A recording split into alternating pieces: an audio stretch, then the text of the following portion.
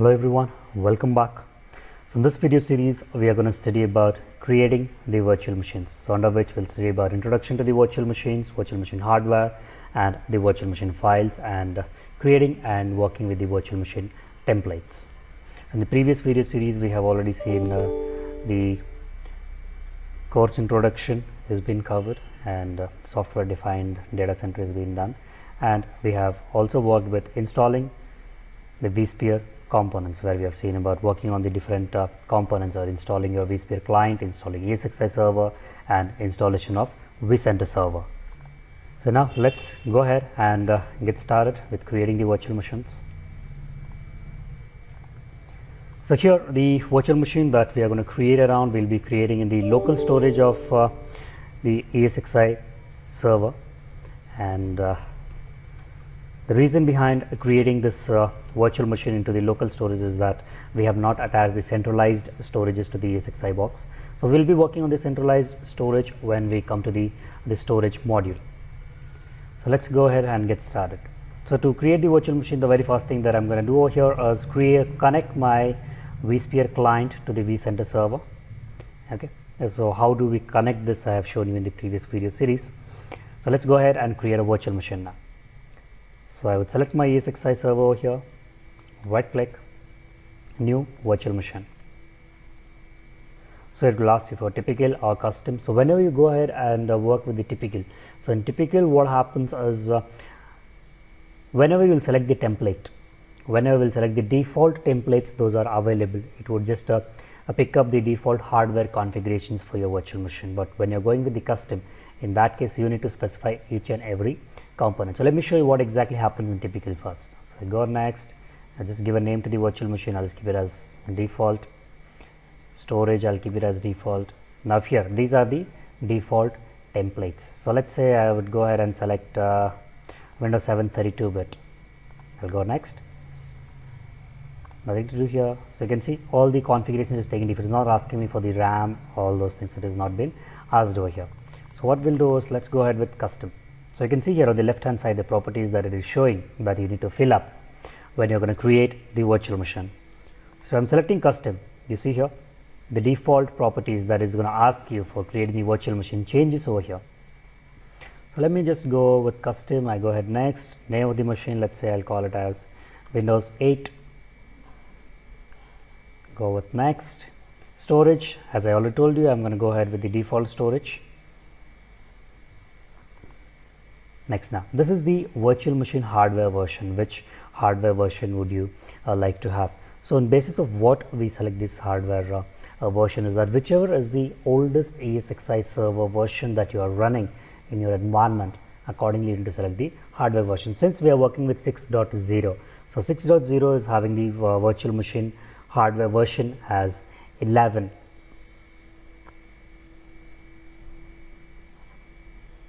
So let's say I have a VMware ESXi server with me, which is running with a 5.0, or let's say if a 5.5 it is running, I'll go ahead and select virtual machine version as the 10. If it is 5.1, I'll go ahead and select virtual machine version 9.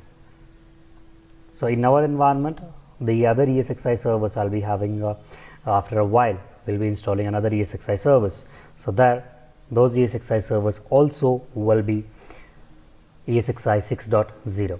So I don't need to change the hardware version. I will just go ahead with the hardware version 11.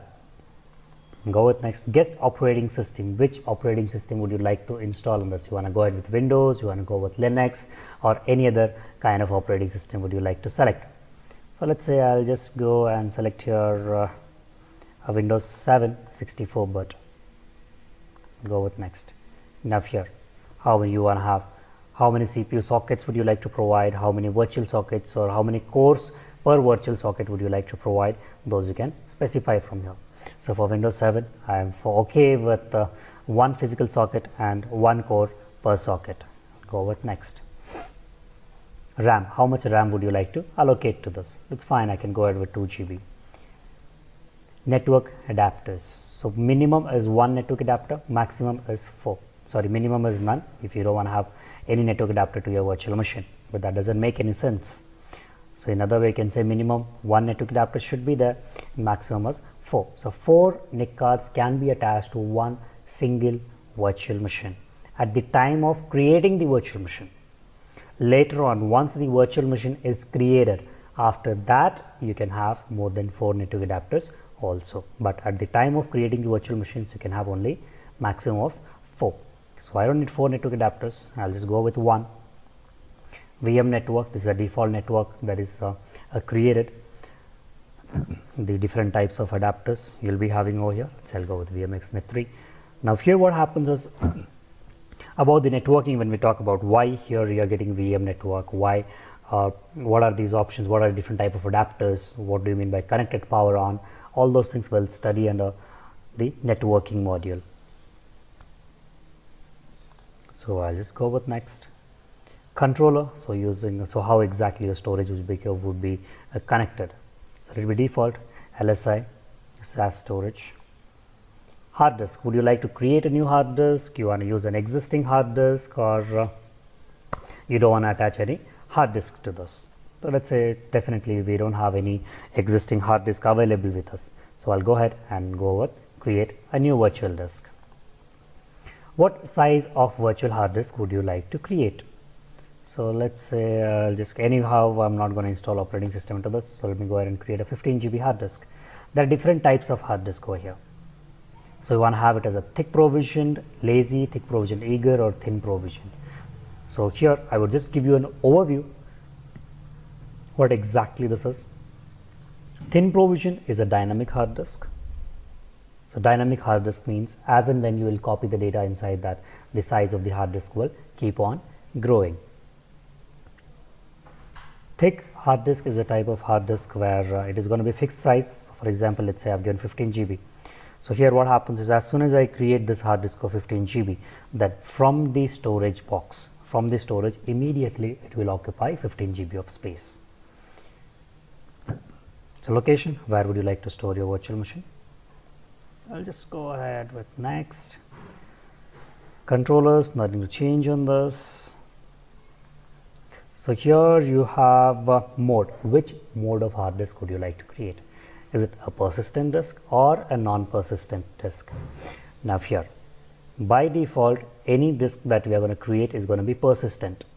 Persistent means any point of time, whatever data you are going to store inside the hard disk, that data will be as it is and permanent into the hard disk even after you restart your machine. The data will not get wiped out.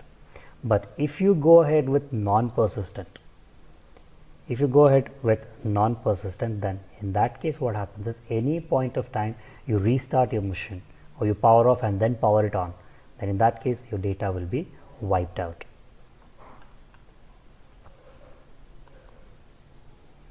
Go ahead with next, and this is the summary, and I'll go with finish.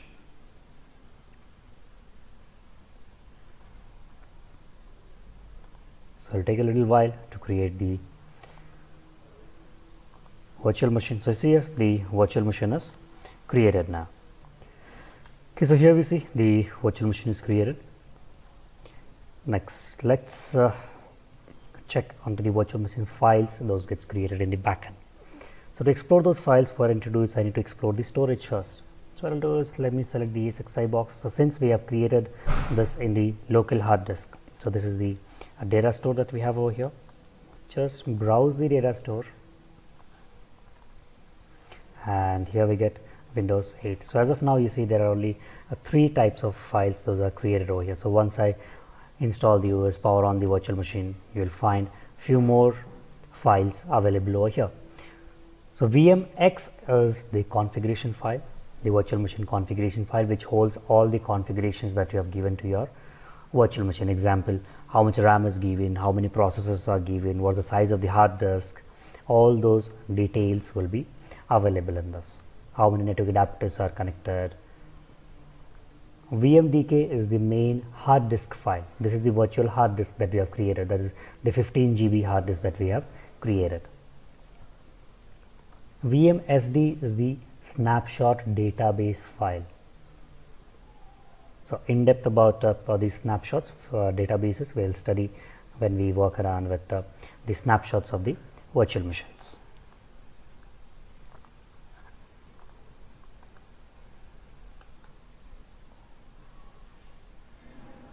So in this video series we are supposed to study only about the templates, virtual machine and templates. So template, as I have already shown you, there were default templates were available, right? So those default templates which are available in VMware vSphere environment, those templates does not contain operating system. The default templates, those are available, do not contain the operating system inside that. But the customized templates are the one which are created by the user or which are created by the administrator. Those templates will have operating system inside that.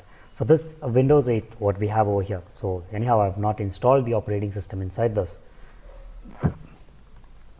So I would just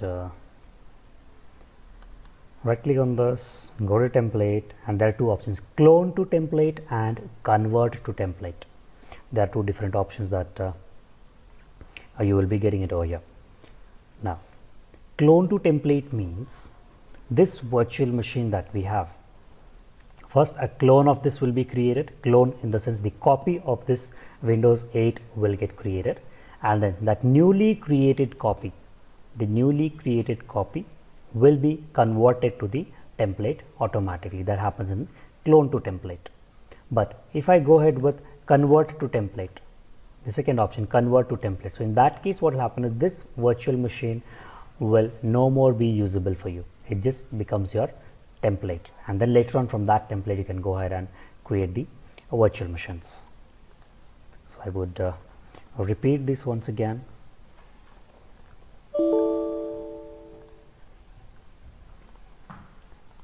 So let me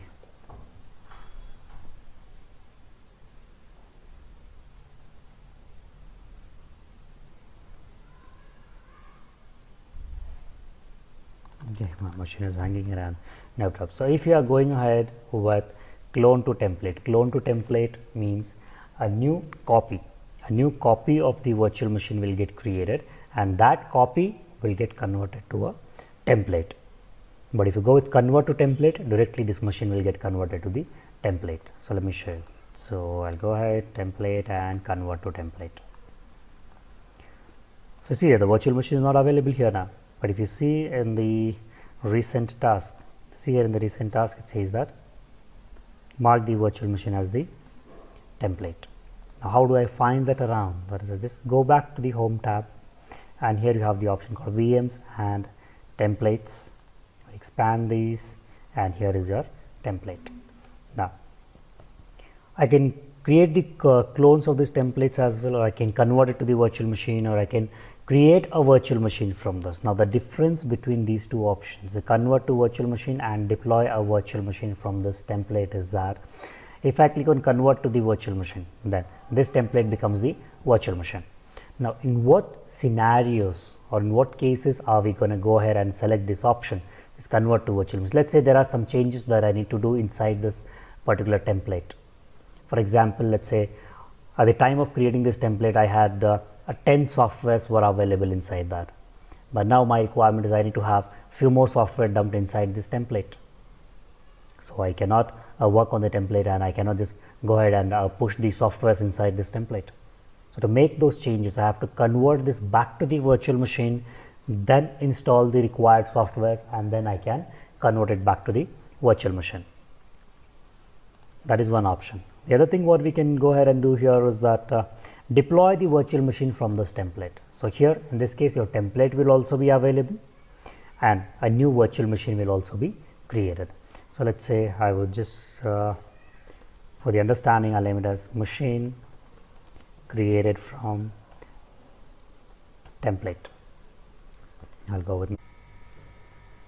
So once we click next, you get to the storage. So on the storage you can select the disk format you want, same as the source. So same as the source in the sense, if you have selected thick for the template when we were creating it, so we have selected that thin. So this also the virtual machine that's going to get created will be thin disk only. I'll go with next. So would you like to do any customization or any changes to this machine that you are creating from the existing template? You can do it from here. So I don't want to do any customizations. I'll go with next and finish.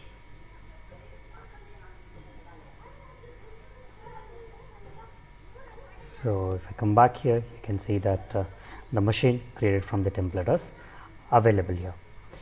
Now, one very important thing that you need to keep in mind before converting a machine to the template or cloning the machine to the template, make sure that you sysprep the machine.